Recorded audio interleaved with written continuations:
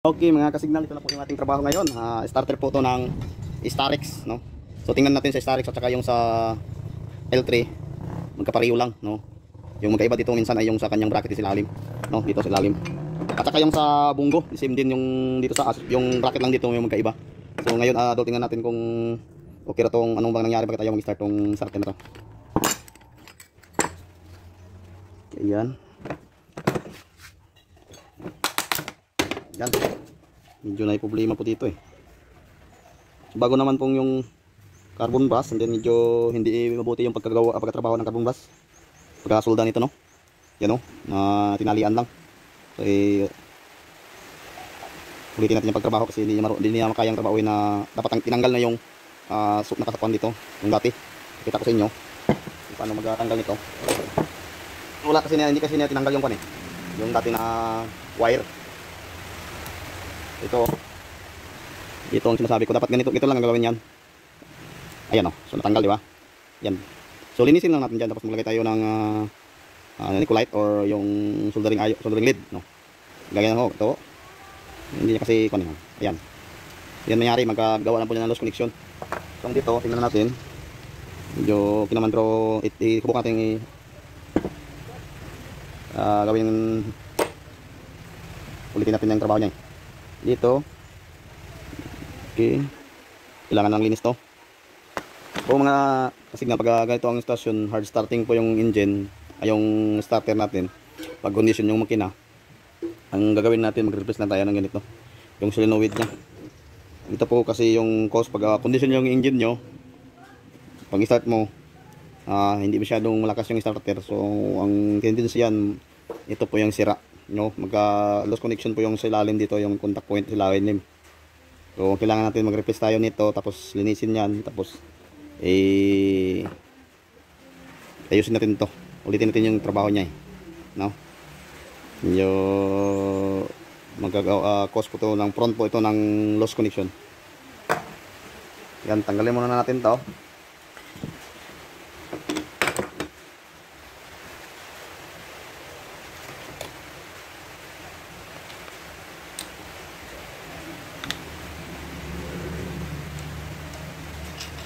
Yung parts number po ito na start solenoid ay 1515. This is the 1515 po. Ito po yung parts number nito.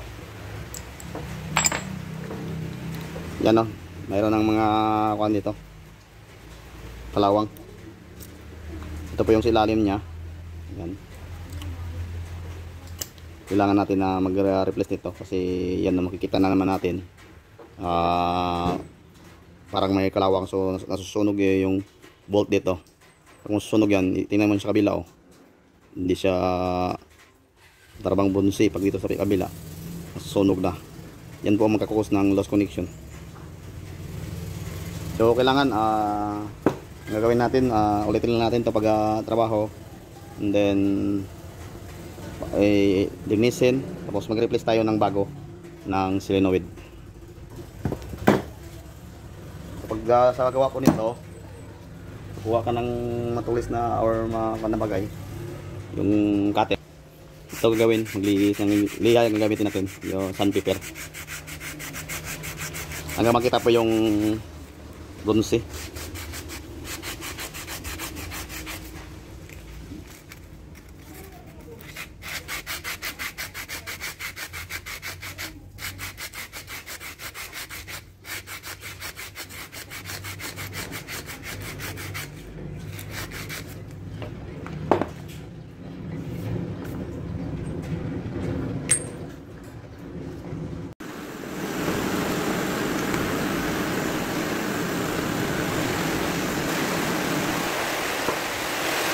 So lagyan muna natin ng bed na dito para makatapit siya.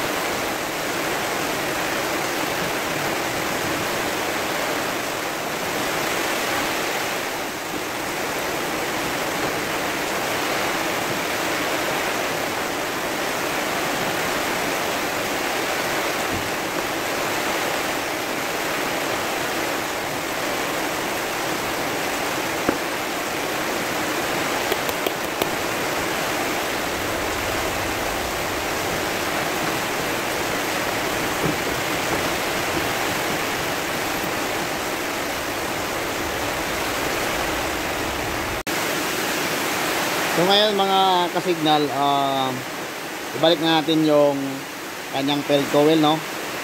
So ito, dito po yun siya, mayroon pa siyang pan dyan, guide. Ito, dyan natin nilagay yan. Okay.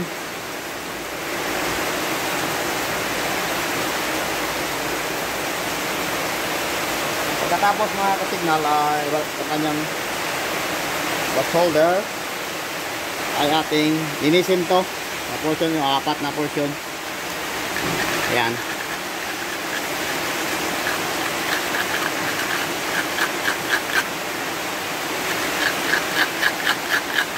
Okay. Tapos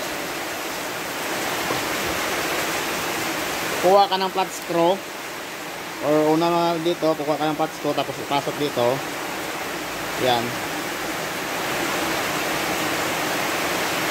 Okay. Pag walang kakasama, ito lang gagawin. Pasok mo yung flat screw dyan sa loob. Parang malaki na itong flat screw eh. Malaki. Anak kaya ng maliit. So ito lang ang gawin mo. Kunin mo yung spring, labas. Tapos lock. Ayan. Pasok mo yung carbon box dito.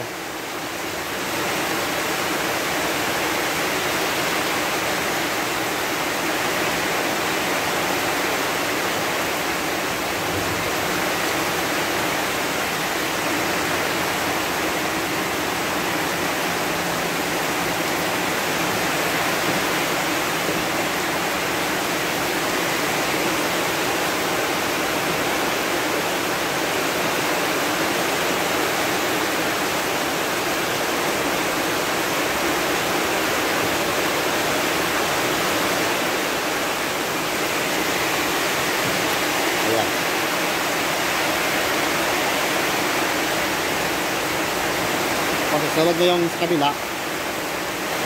Pag wala kang kasama ito, gawin mo yung yan, nakatulong talaga yung yan. Yung tama ko. Okay. Ayan. Kaya tapos yung ground. Ito po na walang pong spaghetti tube. Yan po ang ground. Lang, okay, ayan na. Okay.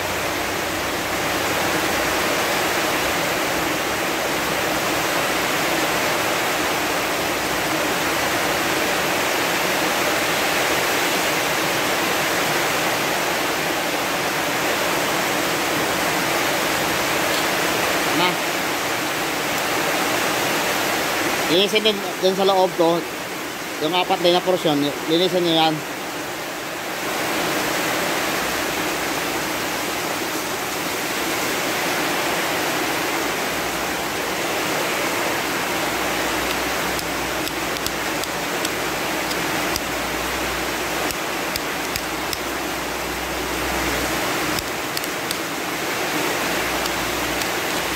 Okay. Tapos yung may butas, dapat dito sa ilalim po to na portion. So ganito lang. Ayan lang. Kasi kadalasan pag ang starter ang nag-usapan, kadalasan niya nasa taas talaga tong magnetic, yung bago natin na ito, itak point or solenoid. Dito yan, nasa taas. So yung butas sa ilalim siya.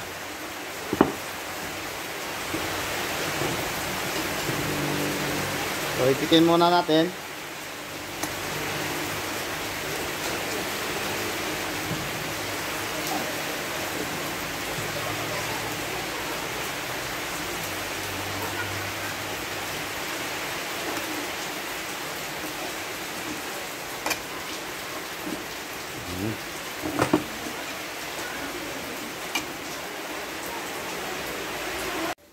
Pag ito po, ikabit lang ito sa loob. Ito lang. Ayan.